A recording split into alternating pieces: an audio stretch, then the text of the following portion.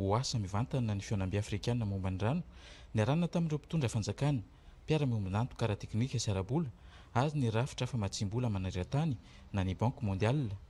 Anisan'ireo vokatra mivaingana ny famatsim-bola ny pacte national de l'eau ho an'ny Tchad izay mitentina 3.4 miliara dolara famatsim-bola ho an'ny 5 taona ho avy, hanatsarana ny fahazoan'ny mponina rano fisotro madio sy hanavaozana ireo fotodrafitrasa momba ny rano.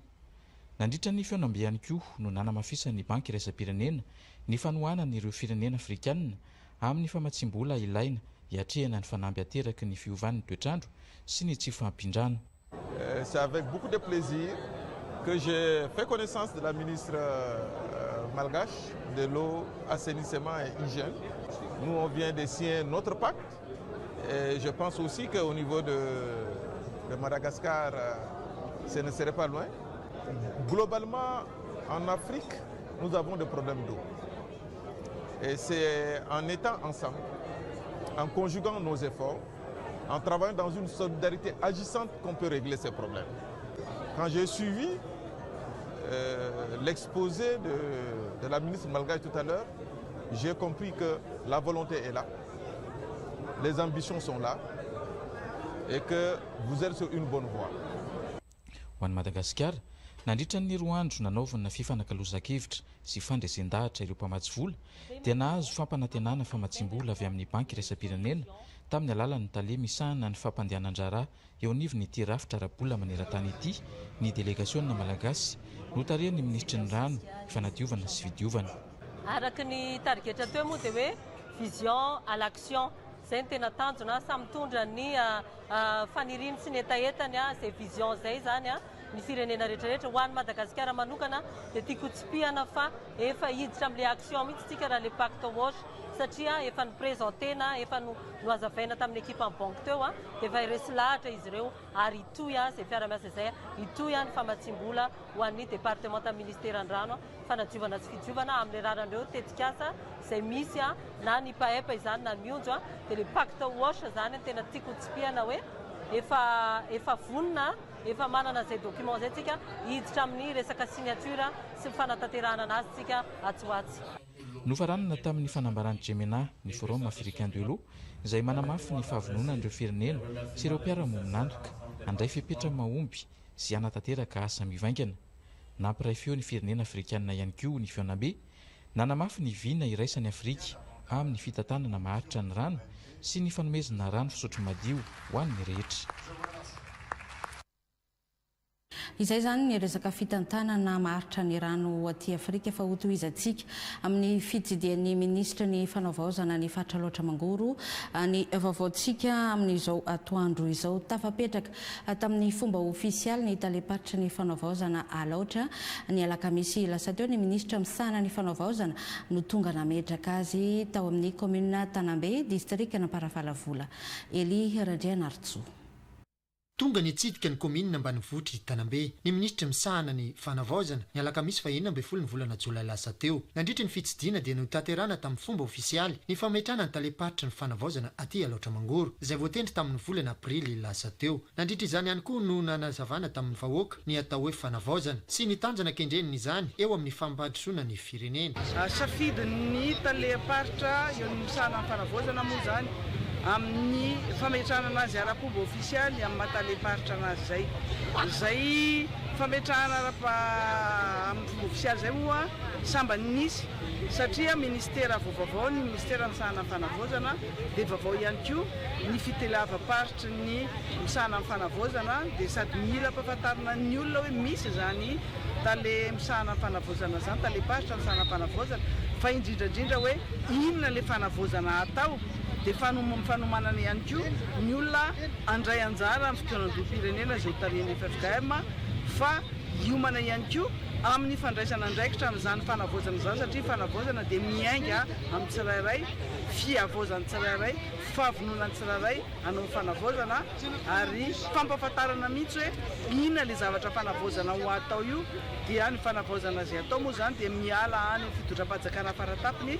filohan'ny fanavaozana ny repoblika zany no avaozana gouvernement misahana fanavozana, ministère misahana fanavozana, taleparitra misahana fanavozana, dia fanazavazavana an'izany rehetra zany natao teto.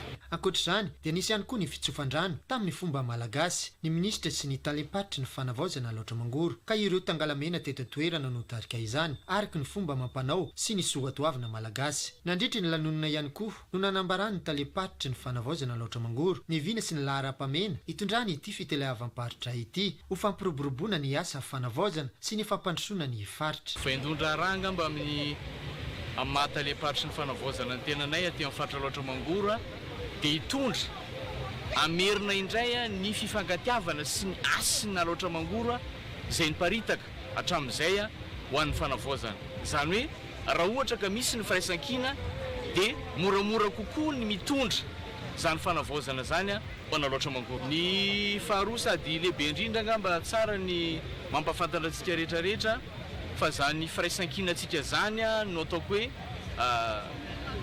hevitra anankiray mampitambatra indrindrandrindra atotosantsika ny fankankevitra ifotony eto dia mampiomana sady atsika rehetrarehetra ty amin'ny faritra loatra mangoro ho avy zay ary tsy vitanay samirery fa dia ny firaisan-kinatsika indrindrandrindra itsika mifanohana fandraisana anjarantsika ny zava-dehibe hitondrana n'izany fampandrosoana sy fanavaozana zany. Maro ireo tompona ndraiky mpanjakana sy olo manan-kaja avy eto amin'ny faritra loatra mangoro no tonga nanotrina sy nanome voninahitra ity lanonana ity izay maneho ny lanja ny fanavaozana sy ny fiaramientana ho fampandrosoana ny firenena. Raha vao tafapetraka ny taleparitra ny fanavaozana ny loatra mangoro ny any Amoronmany kosa dia nahazo bravavao ny onivon'ny fitaleavam-paritra ny fanavaozana any amin'ny faritra Amoronmany ny commune Ambositra moa no nanolotra izany bravavao izany ho fanatsarana ny asa-panjakana any an-toerana Rodomanana Sandra. Mitana ndraikitra lehibe amin'ny fanatanterahana ny politika mpanjakana tsy fotony ny talemisahana ny fanavaozana ary izy no miandraikitra ny fandrindrana sy ny fanaraha-maso ireo fandaharana asa fanavaozana azahoana antoka fa tonga tsy fotony ny vina sy ny fanapahan-kevitra raisy ny fanjakana foibe ho ny taleparitra ty Amoronmany Raheritsoa André Bertieux. Anjara toerana izy ireo ihany koa ny manangona ny etaetan'ireo tompona ndraiky mpanjakana samihafa aty fotony sy mitondra izany any amin'ny ministera foibe ka hatonga ny asa-panjakana anakaiky kokoa ny filany olom-pirenena. Ny fanavaozana moa zany dia mahakasika ny zolon-dambany rehetrarehetra zany io ny servisy misy eto amin'ny faritra zany na servisy teknika io STD na CTD zany misy zavatra tokony havaozina aby zany antsika rehetrarehetra ka ny asa efa nalefa taloha moa zany momba fanavaozana zay dia efa maro ireo sampandraharaha zany ny fitalevana raha vavinamana reo zany no efa nandefa ny vina mpanavaozana aty aminay zany hoe reto daholo zavatreretretinay mba vina mpanavaozana atao eto Amoronmany dia efa ny 20% ny direction régionale zany misy ihany koa ny commune efa nandefa amin'izay fahavononana hanao fanavaozana zay ka efa zava-dehibe zay zany isaky mampiavaka atsika ty Amoronmany zany zay hoe nitsika ihany zany no efa nandefa zay ny service technique déconcentré sy ny collectivité territoriale décentralisée mino hafa feno zato isanjato zay dia hiroso amin'izay fanavaozana tanteraka zay zany atsika ty Amoronmany. Fa hatramin'ny nahavoatendry ny talemisahana ny fanavaozana ty Amoronmany dia nindrina birao teo anivon'ny préfecture n'Ambositra izy ireo ka ho fanamorana ny fanatanterahana ny asa dia nitolorana avy eo anivon'ny commune Ambonivohitra Ambositra birao malo tena iasana ny taleparitra Amoronmany izy ireo ihany koa ny nandray an-tanana ny fanajariana sy ny fanamboarana izany. Anisany avaozony eto Madagasikara ihany koa amin'izao fotoana izao ny lisitry ny mpifidy nazahoana ako ny tany amin'ny faritra maromaro rahantsika rehefa avy eo rehefa vonona ny fandrafetana ny sary fandeha ho an'ny Antanambao manampotsy aloha isika nahitana fiainana ny vokatra lavanila any amin'ny district ny Antanambao manampotsy tamin'ity taom-pamokarana 4 sy 2 arivo ity 2 arivo ariary ny kilao ividianan'ny mpanangom-bokatra vololony aina. Tsy manana rispo tamin'ny fikarakarana ireto lavanila ireo tantsaha noho ny fitotongan'ny vidiny taona maromaro izay ka miteraka fiaingan'ny vokatra lavanila amin'ity taona amokarana 2020 ity izany ho an'ny tato amin'ny distrikana Tanambao-Manapontsy. Na teo aza izay dia misy hatrany ny fandraisana andraikitra tamin'ny fametrahana ny komity mpanaramaso ahitana ny solotena avy amin'ny komina, ny Fokotany, ny mpanangom-bokatra ary ny tantsaha mpamokatra lavanila. Ny olana zany dia ny vokatra longany somary ambanimbany. Ny fangatahana zany dia hoentina hanasarana. Ahoana ny mety ho fanasarana? Io sehatra lavanila satria sehatra mampidi-bola ho an'ny firenena zany izy. Toerana ray isaky ny renivohitry ny komina no misy ny tsenam-barotra voaramaso ato anatin'ny distrikana Tanambao-Manapontsy ary entitra amin'ny fanaraha-maso amin'ny mpijirika ny komina. Dia natoman'ny fandrarana dia misy ny manangona ihany dia manentana ihany koa zay ho an'ny mpizidy. Misy magnano mpizirika any amin'ny tsisisiny dia ny tanana zany ntsika sy nahazo lalana zay amin'ny komina mba tsy vidy amin'ny tsisiny. Asa sarotra ary ilana finiavana sy mandany fotoana ny fikarakarana lavanila ampitorany ka very taraina ireo tantsaha. Manana alahelo zany zay mahakasika vanila ity satria ny fotoana naniny aminanjy fikarakarana sy ny karazany dia vokatra keo ma zany azokany hoe amin'ny fotoana fahavokarany matoy ary qualité-ny sara dia arimina 2 kilo. Zay zany dia mba magnano ansoavo amin'ny fitondram-panjakana misy amin'izao any mba zahany mita ny saha maro nisy mampalahelo zay mpambolotogna no mivokatra nisy lafo. Voaherinandro no nisokafany ofisialy ny tsenam-barotra lavanila ka andrasana ny fiazakazahany mpanangom-bokatra sy ny fiakaran'ny vidy. Setry ny lavanila izay fa fahombiazana no azon'ireo tantsaha miantsehatra amin'ny fanaovana ny siramamy gasy nandritry ny festival siramamy gasy izay natao tao Ambohimahavelona, commune Anjiabe any amin'ny distrikany Mandritsara fotoana na fahanananeo ny fisian'ny vokatra sy ny olana sedrain'ireo mpamokatra io siramamy gasy io. Georges Harrison sy Randrena Solo Darnay.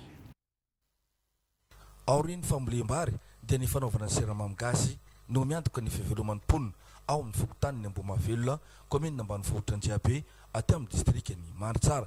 Olana nefa mbola tsy zarizary ny fitaovana ampiasain'ireo mponina, manampitrotroka ihany koa ny tsy fahafantaran'ireo mpandraraha ny fisian'io vokatra io ao an-toerana ka nahatonga ny fokon'olona ao nanatanteraka ny festival siramamy gasy. Tegna anisan'izay mahavelom-bolo zay ato ary manidy-bola tegna geda amin'ny ato amin'ny commune Anjiabe indrindra eto amin'ny Fokotany ny Ambohimahavelona zay ny siramamy gasy zay. Eto zany zahay mangataka amin'ny mpitondra fanjakana mba hanampy zahay amin'izay masinina indesy moramora zahay amin'ny fanaovana zany siramamy gasy zay. Zava-dehibe ny fisian'ny hetsika ara-toe-karena tahaka itony mba ahafahana manasongadiny ny otrikareana aty amin'ny fotony satria iny koa zany ahafahantsika koa mampafantatra ny magnerana zao tontolo zao hoe misy an'io siramamy gasy zay hariagna mbola tsy de be mpitrandraka nefa tegna ilaigny amin'ny fiainagnantsika andavanandro. Ary hita koa zany hezaka ataon'ireo tantsaha tsy vitany vary ihany no vokariny fa eo koa ny siramamy gasy. Eto moa zahay amin'ny fitsoloan-tegna-mpanjakana dia vohogno hatrany ny hanao tantsoroko ho an'ireto tantsaha aty fotony. Andiany faefatra izao festival siramamy gasy natao tao amin'ny Fokotany ny Ambohimahavelona izao ka hetsika maro samihafa no nentina namariana izany. Ankoatra ny fampitaovana fanamboarana siramamy gasy, etahitan'ireo tantsaha indrindra fa ny mpitondra ny hijerena manokana ny fanamboaran-dalana miazo ny tapany andrefa ny distrikany Mandritsara.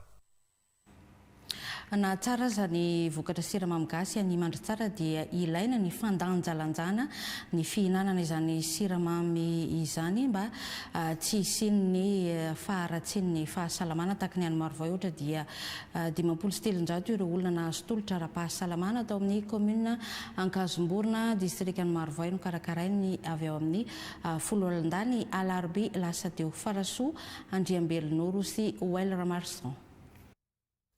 Fokotany 20 mandrafitra ny komuna Ambanivohitra Akazomborona nahitana hatramin'ny 700 sy 300 ireo no nahazo tombony tamin'ny fisampahasalamana maimaim-poana ny alarobia lasa teo. Mpisehatra ny fahasalamana eo anivy ny Folaninda Malagasy izay niofina ho miaramila no tonga nanatanteraka izany sady nampiatra ny traikefa ananany dia ny Folo Alinda manakaiky vahoaka mitondra tolotra ara-pahasalamana. Fifanaraha-piaramiasa tamin'ireo mpiara-miombonantoka no nahazoana nanatanteraka izao. Zay moa dia avy ao amin'ny fahasalamana miaramila avy ao Mahajanga ka mba fandraisanay anjara amin'izay hoe tafika manakaiky vahoaka zay dia manao an'izay tolotra ara-pahasalamana zay ao ny forazaza, ao ny fitsaboana ny nify sy ny adivava, ao ny fitsaboana ny aretina amin'ny ankapobeny ary koa fanentanana ny vahoaka mba ahay mitandro ny fahasalamana amin'ny fiarovana zany. Ka efa hatramin'ny maraina moa zany efa nanomboka ny didipoitra zay dia mitohy amin'ny consultation sy ny extraction dentaire amin'izao maraina zao dia nirariana moa zany mba samby azo fisitrahana an'izay ny tsirairay izay konina eto amin'ny commune rurale Akazomborona.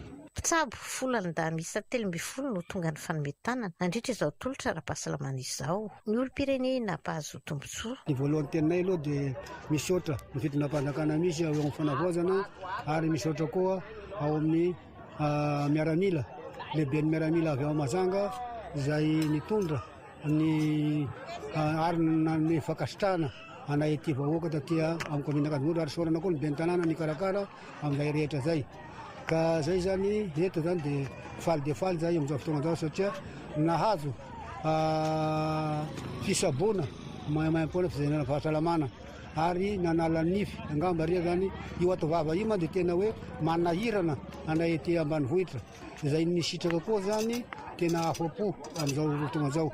Tena faly zay zao amin'izao fotoana zao satria ny siny zao zavatra zao satria tsy fahita firy angamba hatramin'izay ka hatramin'izao zay zany dia ohatrany hoe faly ary makasitraka ny fitonam-panjakana misy amin'izao fotoana zao. Isandraka amina faritra efatra Boiny, Sofia, Betsiboka, Melaka ny sehatra ny isan'izy ireo isan-taona.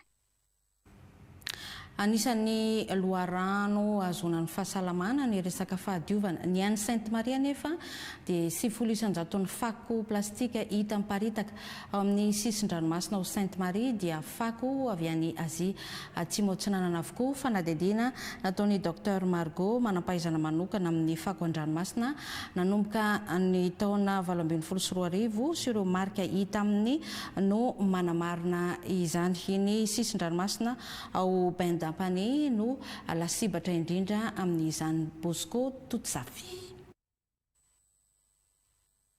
Nanomboka ny taona 2024 ny fagnaraha-maso refako ateraka ny ranomasina na ny déchets marins taty amin'ny sisin-dranomasina ny Sainte Marie izay tetika asa niarahana tamin'ny Setamada nitoana ny Western Indian Ocean Marin Science Association niaraka tamin'ny ministera ny tontolo iainana sy ny fandrosoana Lovenjafy. Fantatra nandritra ny fanadihadiana natao tagnatin'ny taona maro izay fa isaky ny remetatra dia ahitana fako plastika 520 ary ny 700 nireo fako plastika hita miparitaka aty amin'ny sisin-dranomasina ny Sainte Marie dia fako avy any Azia atsimo antsignanana avokoa araka ireo marika hita mipetaka aminy. Isan'ny lasibatra amin'izany ny sisin-dranomasina ny Bay d'Ampany aty amin'ny ilna ny antsignanana ny nosy Sainte Marie. On a collecté les déchets. En gros, retenez que lorsque vous faites un pas, vous avez 15 déchets tout autour. Et des déchets qui ne sont pas malagasy, mais des déchets qui viennent d'ailleurs avec les courants marins. Donc c'est un fléau, c'est une pollution internationale et on a besoin de tout le monde pour travailler ensemble. Parce que si on est juste un petit groupe à travailler seul, le problème ne va pas se résoudre. Toerana maro pitsidika ny Bay d'Ampany ary manana tora-pasika tsara nefa feno plastika nisy ny etsika atao hoe clipperbay zay niarahana tamin'ny vondrona maro miady amin'izany fako plastika izany ny atalata lasa teo nanitra izany ihany koa nanaovany ireto manampahaizana ireto fagnaraha-maso ny fitombona na ny fiaigna ny fako plastika amin'ity toerana ity izay nanaovana andrana nandritra ny taona maro nandritra ity etsika ity ihany koa misy sy ireo mpizatany mahatsapa fa ratsy ny plastika miparitaka ny janona nagnampy isan'izany ireo mpanabe avy ao amin'ny sekoly tsy miankina Sainte Thérèse Andriafanambojanahary ao Antananarivo tarika ity etsika ity ny avy ao amin'ny commune ambonivohitry ny Sainte Marie ny office party ny fizahantany ny délégation ny fizahantany sy ny asa tanana ny centre anjaranay ny setamada ary ny solotena ny ministera ny tontolo iainana sy ny fandrosoana Lovenjafy.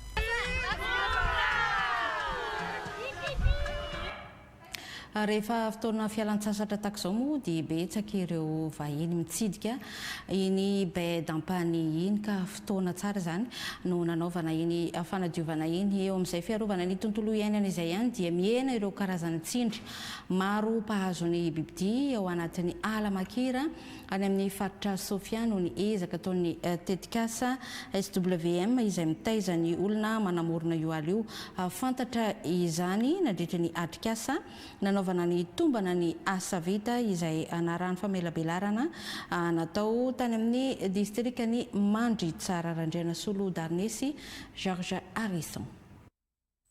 Niompana betsaka tamin'ny fanaovana tombana ny asa vita nandritra ny telo taona ny asany amin'ny fiarovana ireo bibidia manamorona ny alan-javaboary izay tantany ny VCS Macure ny atrikasa no karakarainy ny SWM natao taty amin'ny distrikany Mandry Tsara izay nagnasagna ireo tompona ndraiky mpanjakana maro isan-tsokajiny ny avy eto an-toerana sy ny avy any faritra Sofia ary ireo VOI avy amin'ny distrika roa izay iasany Mandry Tsara sy Befandriana Avaratra. Raha ny tanjona napetraka tratra hatrany amin'ny 80 isan-jato zany tratra satria araka ny resaka nataon'ireo hazo tombotsoa dia tsy sery mihinana lafo izy taloha dia amin'izao izy efa mihinana lafo leny eo an-toerana. Dia magnaraka izay koa mahakasiky le fiarovana bibidia dia taloha zany ny resaka ohatra hoe varika zany noho izy no azain'olona dia efa somary sarotsarotra ny ahitana azy fa amin'izao zany efa hita manakaiky tanàna iny ianao maheno eny varika. Zava-dehibe ho an'ny mpitaona fanjakana izao ofisiany ny tetikasa SWM izao. Hita sy tsapa fa nisy fiantraikany tsara amin'ny fiainan'ny tantsaha ny mpahazo tombotsoa zany ny tetikasa izay nampiariny.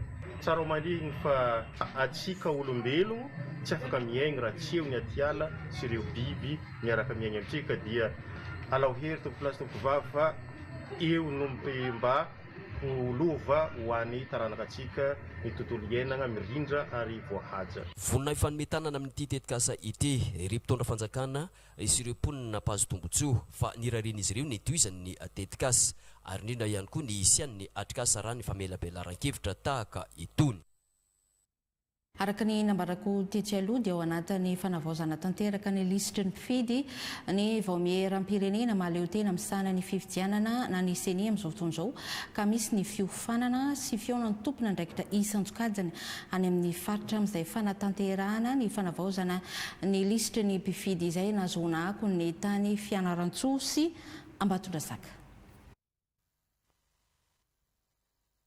Nomena fiofanana ireo tompona ndraikitra eto anivon'ny faritra izay tantana ny fikarakarana ny fanavaozana manontolo lisy ny mpifidy ho fanomanana sy fanamafisana ny fahaiza-manaon'izy ireo eo amin'ny fanatanterahana izany raha nambarany iraka manokana avy amin'ny vaomieram-pirenena mahaleo tena misana ny fifidianana na ny seni tonga eto Fianarantsoa. Tanterahana ny fanavaozana manontolo ni liste mpifidy io ilay atsika hoe refonte totale de la liste électorale tanterahana dia manomboka amin'ny 28 Jolay izao zany no anaovana ny recensement mahakasika an'izay ary ifarana izy io any amin'ny 25 Avril 2027 any zany fanavaozana ny lisy mpifidianana izany ka izay indrindra no antondiana eto amin'izao fotoana izao hanome fiofanana ho an'ireo tompona andraikitra ety anivon'ny faritra izay tantana ny fikirakirana izany fanavaozana ny lisitry ny mpifidy izany ary izy ireo indray rehefa avy eo no andeha ampiofana isaky ny commune tsirairay avy ireo ataontsika hoe mpikambana ao amin'ilay vaomiera izay misahana ny fanisana ny mpifidy eny ifotony io ilay antsosika hoe CLRE na commission locale de recensement des électeurs. Ny fanavana tanteraka ny lisitry ny mpifidy moa dia antoky ny fifidianana mangarahara sy ekeny rehetra. Hotoizantsika amin'ny tontolon'ny fanabeazana ny vaovao amin'izao atoandro izao tsara ny voka-panadinana BEPC amin'ny ankapobeny ho an'ny fari-padidim-pampianarana voalain'ny televiziona malagasy tahaka ny Anny Tomasina sy Toliara na dia anahitana fiainana kely aza ny tao Toliara. Indro ny vaovao entin'ny mpanao gazetinay any amin'ny faritra.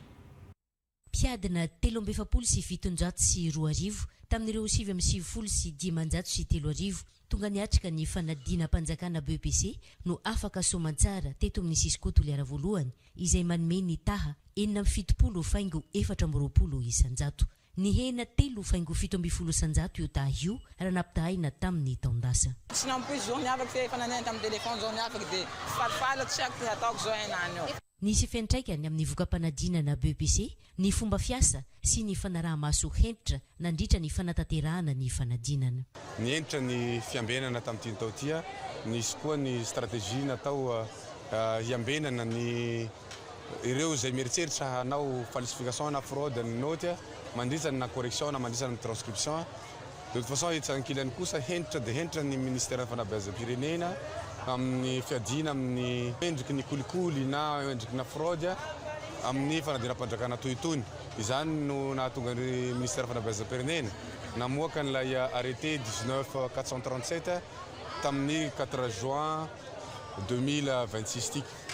Izay antony bevata izay no nahatonga ny taux de réussite ny hena dia ny hena tokoa. Nahitana foibe mpanadinana 7 ny teto amin'ny Sisko Toliara voalohany ka i Tsitakary manandanja mampitsara mpianatra avy ao amin'ny lycée privé Notre-Dame de Nazareth no mendrika izay nahazo ny noty 8.4. Voahaja ny lamina sy ny toromarika rehetra napetraka ny ministera ny fanabeazam-pirenena ho an'ny Sisko Toliara faharoa. Tratra ny tanjona tamin'ny famoahana ny voka-panadinana BEPC na dia nisy fihenana 20 isanjato ny tahapahafahana raha nampitahaina tamin'ny taondasa. 64% amin'izao izay hita fa nanakaiky ilay tena fahazan'ilay mpianatra araka ny fiambenana izay natao sy fanarahana izay natao tamin'ny ministera dia hita zany fa sasany tandrona BEPC madio. Tamin'ny taondasa dia eo amin'ny 84% ny taondasa. Dia tamin'itiky dia ny 26 tiky 64,25% ny tapahafahany mpianatra avy amin'ny Sisko Toliara be ao anatin'ny centre d'examen. Mampidisana napetsaka dia ny fiarovana ny lazadiny sy sivany lazadana ny velany fanjarana ny fampiasana ny telefony ao anatin'ny centre d'examen. Izay nahatsara n'ilay tandrona. Nahitambokany ny 5 volana ny lofosana ho an'ireo mpiadina. Isaraka n'Andriamanitra fa afaka BEPC zaho. Seconde tao avy amin'ny lycée Manarapensa. Isaraka koa ray aman-jery mpianatsy ahy. Mbola tsy rosotsonana an'izao. Faly tena faly ty foko. Satria zaho nan'ity fa nidobona. Fa farany amin'izay lafa tamin'itoy eo namerina soa dia farany capable soa amin'izay koa tamin'itoy farany sisy arakaraka zany. Fa niezaky mafy tamin'itoy zay nazahoko. Falifaly honan'izao ravoravo safe azoko ty raha tonga amin'ny faniriako honan'izao. Zao ny anatsy amin'ny Laurent. Tsy ahivina fa nahitana foibe mpanadinana 12 sy foibe mpitsarana tokana ny tato amin'ny Sisko Toliara faharoa. Piadina 2.3 sy 120 tamin'ireo 4.20 sy 304 niatrika ny fanadinam-panjakana faharoa tamin'ity taom-pianarana 5.4 ity no afa-panadinana BEPC tato amin'ny fari-piadidim-pampianarana Toamasina faharoa izay manome taha 4 isanjato raha 2.20 sy 504 no nisoratra anarana tamin'izany tsy tonga ny 7.0 io vokatra io midika tsy misy fihetrekany teo amin'ny lafin'ny fanadinam-panjakana ny fandalovany ny rivodoza gezany iny hoy Yarson Guilhervé chef Sisko Toamasina faharoa satria nahitana fitombony hatrany ny tampafampanadinana tamin'ity taona ity ranoarina tamin'ny taondasa izay 7.50 isanjato. Mafy mazana ary makadiry ny andraikitra mpampianatra namerina ny fampianarana sy ny fanabeazana anatin'ny Sisko Toamasina faharoa tsy adino izay ezaka ataon'ny mpampianatra zay satria na dia teo zany ny fianarana singa na dia teo azy ny fitaovana rehetrarehetra simba dia io vokatra azo no ny ezaka izay nataonareo tsirairay avy. Anisany antony iray na tsara izao vokam-panadinana izao ihany koa ny tosika nomeny ny association fanjiry. Isaka sabotsy dia ny mpianatra izay classe de 3e rehetrarehetra dia nanao cours gratuit daholo tsy alambola no ny ezaka nataony association fanjiry izay retin'ny vadin'ny filoha pirenena. Isaorana izy no ny fitsinjovana ny Tomasina faharoa satria tratrany rivodoza gesany ary nitsinjo ny ankizy izay nala fanadinana. Ampoizina ho tsara toraka izany ihany koa ny vokam-panadinana baccalauréat ho an'ireo ankizy avy amin'ny lycée miisa 5 ato amin'ny Cisco Tomasina faharoa izay hiatrika izany. Fampianarana teknika kosa ny tombony mpiadana fanadinana CAP na certificat d'aptitude professionnelle tany Morontsitra araka ny tatra entiny Bekaita Justin. Nahitana fiakarana isan'ireo mpanala fanadinana CAP na certificat d'aptitude professionnelle ato amin'ny distrikany Maroantsetra. Misy 30 no nisoratra anarana, 20 ny tonga ka ny 4 tamin'izy ireo no tsy nalatrika fanadinana no ny antony tsy fantatra. Tamin'ity taona 20 ty dia 10 taona izany indrindra ary 13 taona kosa ny zokiny indrindra. Izao no manaprofo fa manomboka liana tsikelikely amin'ny fampianarana teknika ny ray aman-dreny sy ny mpianatra. Sampam-pianarana 5 no azahoana diplôme CAP ato anaty distrikany Maroantsetra, coupe-couture et broderie, commis de chantier, menuiserie bois, employé de bureau, art taulier. Manana tombony ny mpianatra manaraka ny fanofanana ara-teknika satria afaka mirosa amin'ny asa avatrany izy ireo. Tsy izany ihany fa afaka manohy ny fianarana any amin'ny lycée teknika ireo mpiadina mahazo ny diplôme CAP raha tia ampitombo ny fahaiza-manao. Tsara ny mampafantatra fa aharitra 4 andro ny fanadinana izay matomboka ny 17 Jolay ka hatramin'ny 19 Jolay 2020 ka rehefa vita ny fanadinana dia mirosa avatrany amin'ny fitsarana ka vinavinaina ivoaka afaka herinandro vitsivitsy ny valim-panadinana hoy chef de centre Andrimatoa Rafa Blasquez Zinesport. Nahazo trano-tsekoly vaovao ny mpianatra ao Antanimarina distrikana Lalava ankoatry ny efitrano-tsekoly dia ahitana Braony Italeny sekoly ny fotodrafitrasa vaovao miampy trano fidiovana Everaldo Erniaina.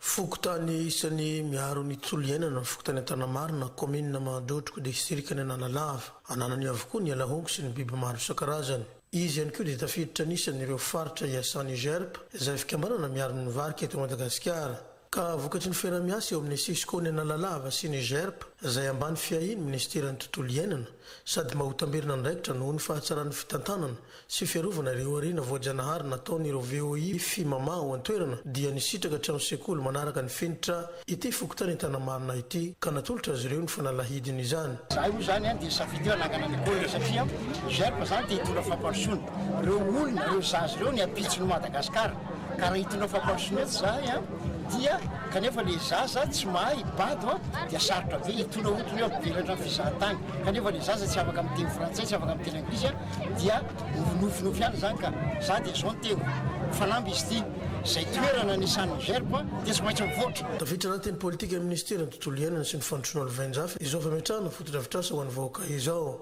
Izao fiarobonantoka niarahana amin'ny Gerpa zao nazotsika manohana zaza eo amanjato ara-panabeaza ary azotsika koa mampafantatra fa ny tontolo iainana dia fanotra lehibe afana mampandroso ary afana miaro ireo arena voajanahary ireo rovoary misy ato amin'ny commune Mandrotroko anatin'ny distrikana Lalava. Mareko manokana fa zany dia ho alentahaka ho lasa modely. Manampy ny faritra amin'ny fanatanterana ny politika mpampandrosoana apetraky ny lehibe ny faritra moa izao fanatsarana fanabeazana aty fotony izao. Azadiny fa ny politika ny faritratsika misy mavety be amin'ny agnarany fampianarana. Manakory moa ataony région na faritra ray hampandroso ny région misy azy raha ohatra ka sanatriny zany bado ny vahoaka ao. Zay ny mahatsara ty zavatra natsika ty hialagna amin'izay habadoagna zay. Nanamafy ny lehibe ny fampidiny fampianarana na Lalava fa mamaly ny firan'izy ireo amin'ny fanatsarana ny kalitaon'ny fampianarana ny fisitrahana ity trano sekoly ity. miatsara ny velotenan'ireo tanora nahazo fiofanana arakasa ao amin'ny Masera FM Ampasanimalo Antananarivo isan-telo volana izy ireo no mamoaka andiany mpianatra ary ireo tena sahirana no kendrena amin'izany fiofanana izany dia ho arantsika ny fanadihadiana intiny Ambintsoa Andriamaservelo. Nanala vac navita ny teny amin'ny collège sy lycée dia mandrapa dia nanapa-kevitra hoe hanao formation professionnelle tato amin'ny FMA. Ie, tena mahavelona ilay izy. Efa afaka miasa ny tenako fa mamelona ny tenako fa tsy miankina amin'olona intsony. Afaka amin'ny tsy fananan'asa ity ramatoa kely tanora vao 1 taona nahazo fiofanana amin'ny fanaovana mofo tamin'ny taondasa. Tratra ny tanjona napetraky ny foibe ny toerana fanofanana FMA. Tanjona anay zany amin'ny centre de formation professionnelle eto Ampasanimalo dia tantanan'ny FMA dia ny fanampianany tanora mba ho mahaleo tena arakasa ary le fianarana atao ato moa zany dia fianarana amin'izay lafiny arakasa zay mba ahafahan'izy ireo mamorona asa ho an'ny tenany mba hanatsarany ny fivelomany.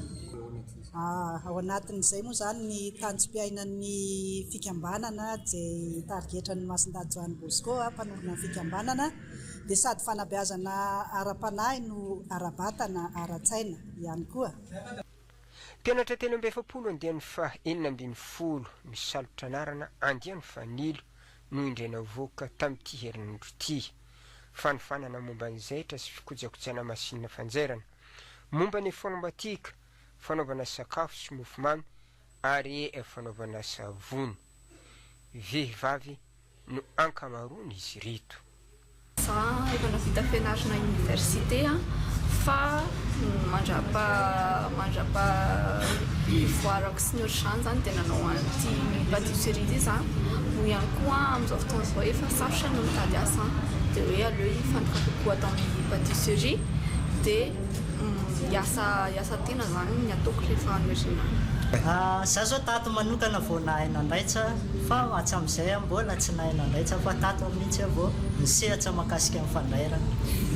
Vita amin'ny fiofanana aloha zao dia mbola manampitsaika fa dia hiditra eo amin'ny sehatry ny mahaleo tena kokoa za amin'ny lafiny miarakasa zany. Amin'izao fiofanana izao dia misy ny fanjoina ataon'ny foibe mpanofanana FMA. Izao lanonana izao moa dia ny faranana tamin'ny filatrona nataony reto andehan'ny mpiofana voanavoaka. Ho an'ny Ambatondrazaka isika amin'ity vaovao manaraka ity, lakan-drano 720 km no hajariana miaraka amin'ny tohadranony Sahamaloto izay manondraka tanimbary 7,709 hektara any amin'ny distrikana Parafaravola, Miora Vatsoa sy Fetranarindra sy Tamanana. Tsy maintsy vita farany tara ny volana Desambra 2024 ny asa fanajariana ny lakan-drano eto amin'ny barazy Sahamaloto distrikana Parafaravola. Lakan-drano manodidina ny 17 km no atao béton armé ary amboarina sy ajariana ihany koa ny barazy izay manondraka tanimbary manodidina ny 7,709 hektara eo. Ny fitondram-panjakana amin'ny alalan'ny tetikasa Riplus no anatanteraka ny asa izay vatsian'ny Banque Mondiale vola ka hatreto efa ao anatin'ny fanadihadiana ara-teknika tanteraka ny orinasa Zirco izay miara-miasa amin'ny tetikasa. Raha ny périmètre irrigué dia fatapatatra fa tsy ho ela dia efa andeha hanao ny APD tsika ary heverina fa tokony ho vita any amin'ny faraparan'ny taona any ny APD na mety latsak'izay ara satria misy fampiresahana sy fifandaminana eo aminay tetikasa sy ireo bureau d'étude izay manao an'izay étude izay. Raha vita izay dia tokony ho lansena ny travaux amin'ny périmètre irrigué sy ny canaux sy ny piste sy ny drain amin'ny taona ho aviny ary heverina fa hanomboka amin'ny taona ho aviny zany asa izany. Makasy amin'ny barazy manokana nambarana zareo taon'ny technicien atao amin'ny bureau d'étude teo fa misy pitsopitsony dia tsy maintsy arahantsika satria grand barrage izy ity natao keo le barrage ngeza be reny ka ny Banque Mondiale dia manana ny procédure ny makasy an'izany hoe réhabilitation sy étude an'izany grand barrage zany fa tsy afaka atao tsotsorina fotsiny izy io fa misy expert maromaro izay efa mobilisena ahafahana mijery an'io haingakaingana dia amin'izao fotoana izao a efa mandeha koa ny étude makasy an'izay avant projet sommaire zay a miaraka amin'ireo expert de panel ireo a vitsivitsy a hijery an'izay a nisy araka izany ny fidinana ifotony no tanteran'ny tetikasa izay notarehan'ny mpandrindra nasionaly nionana mivantana tamin'ireo tantsaha mivondrona eo anivon'ny fédération anamorana ny fanatanterana ny asa zany no tena faniriana lalina efatra amin'ny ela tao anatinay zany a ary de faly zay ankehitriny be de be moa ny condition na hoe fepetra napetraka izy ireo a misy ny anjaranay mpahazo tombontsoso ny vahoaka tantsaha mihitsy misy koa ny anjaran'ny ministera misy ny anjaran'ny tetikasa fa efa ny fanome toko teto fa samy andrainy andraikiny mba ahafahana mamita ny tetikasa efa vonina tanteraka ny tetikasa ny amin'ireo fanatanterana ny asa ho an'ny faritra loatra mangoro misy perimetre valo no tafiditra ao anatin'ny programa nasan'ny tetikasa ary anisan'ny goavana indrindra amin'izany ity eto samaloto ity any vohipeno kosa dia tafatsangana ny baraony FFM any vohipeno tanjona ny sy ny fampandrosoana tsy mitanila ka aloha laharana tongavana amin'izany ny fanovana ny toetsaina lavitry ny kolikoly Hilarion Razafintsotra hamoaka ireo sakana sy hahafahan'ny distrika mandroso no tanjona lehibe ho an'ireo mpikambana amin'ny FFM aty amin'ny distrika ny vohipeno ohatra amin'izany ny fahazaran-drasa toy ny kolokolo fanavakavahana amin'ny endriny rehetra ny fanovana ny toesaina no vahaolana atongavana amin'ny tena fanavaozana marisika hiditra ho mpikambana ny rehetra satria resy lahatra amin'ny tanjona aty akotratrarina na freskanay hiditra agnatin'ity FFM ity dia sapako ankehitriny fa samby mba tia voatra ka satria fotoagna fiovana zao mba samby tampivoatra any Madagasikara agnisan'izany ayay viavy amin'izao farim-piainana zany mba fahita mba hoe milasaka zany ny vidim-piainana ka mba efa mba moramora azo atao hoe mora sy anavana sokazon'olona ny fidirana anatin'izany fa rehefa vonina hiroso amin'ny tena fanavaozana dia raisina avokoa hanentana ny olom-pirenena aty an-toerana hanazava ny tanjona no asa miandry ireo birao vaona sangana afiritsikanay moa zany eo nidirana eo anivon'ny FFM faniro fanavaozana Madagasikara maheno eo amin'ny aina manjery indrindra teo moa zany ny tatitra sy ny zava-bitany dia hita moa zany fa tena misy fivoany tokoatra raha eto Madagasikara indrindrindrindra moa zany atasikana hoe amin'ny resaka hoe fanovahana toetra izy toesaigna dia fahazolazaina hoe misy ihany aloha zany ny firesakena eto amin'izao ary misy ihany koa mifampandrosoana zay apetrany maro ireo hetaheta ny vahoaka haroso mandritra ny fikanondoam-pirenena nalalaka ny fametrahana fanontaniana na raim-balina naseho ho fantany rehetra ireo mpikambana ao amin'ny birao ny FFM ary natolotra azy ireo ihany koa ny taratasy afanendrena ny any Sainte Marie ihany koa dia nampahafantarana tamin'ny fomba ofisialy ny alatsinainy lasa teo ny fikambanana mifototra amin'ny fampivoarana ny tantsaha sy ny tontolo ambanivohitra sy ny fanajana ny soatoavina Bosco Totsafy. I Sainte Marie no toerana faharoa nametrahana ity fikambanana ity agnatin'ny faritra Agnalanjirofo manana tanjo sivy voafaritra mazava tsara ny teny Madagasikara isan'izany ny fagnatsaragna sy fampiroboroboagna ny fiainan'ny tantsaha ny fiverenagna andoharano amin'ny fagnajagna ny soatoavina ihany koa ny fametrahana rafitra mazava ny tanjo teny Madagasikara dia ampivondrona ireo olona rehetrarehetra liana ho amin'ny voalohany fagnandratana ny soatoavana mamalagasy satria averina ombeniombeny fa tsy misy firenena mandeha amin'ny fandrosoana raha tsy manaja ny tany misy miasan'ny olona ho aminy ary amin'ny melanja be da be amin'ireo vahoaka madinika dia ny fotony ny tantsaha ny mpamboly ny mpiombo ny mpanjono sy ireo activité rehetrarehetra moko zay azo atsaraina ny manaraka an'izay dia ny miasana ny kokoa ny vehivavy ny tanora ny vehivavy dia omena lanja zareo amin'ny alalan'ny fampiroboroboana fandrarana ny tanora dia omena lanja mba tsy ho tanora mitady asa intsony fa ho tanora mpamorona asa amin'ny akapobeany zany dia mifototra kokoa eny amin'ny tontolo ambanivohitra ny ifantohan'ny projet ny teny Madagasikara. Latsinainy lasa teo no nampahafantarina ampahabe maso teo anatrehan'ireo manampahefana teto antoerana ireo birao mandrafitra ity fikambanana ity eto Sainte Marie na nefa avononana amin'ny fiaramiasa izy ireo na ny lehibe ny fileova na ny solotena ny solombavam-bahoaka ny sekretera jeneraly ny commune nanatrika izany nametraka hafatra kosa tetsankilany amin'ny agnajahana ireo teny nomena mba isiny ny vainganasa azo tsapain-tagnana ahafahana magnatratra miaraka ny tanjona. Tolakandro ihany dia efa nisy ny lohabary andasy nagnazavagna mikasika ny fikambanana nagnararotana ihany koa ny enogna ireo etaeta ny vahoaka sy ireo tanjaha mpanjono ahafahana miroso sahady amin'ny tanjona izay tiagna hotratrarina. Nahiditsika tany antokatrano tany avy hatrany ngamba fa ny fijoroan'ny fikambanana teny Madagasikara na rahantsika teo tany Sainte Marie fa tsy arak'ilay soratra teo mahakasika ny loto plastika eny amoron-dranomasina dia izay ihany koa tomboka lasa tovovavy no namarana ny vaovaontsika tamin'izao atoandro izao isoraka ianao nanaraka izany hatramin'ny farany manome fotoana ho anao ho amin'ny manaraka indray veloma tompoko.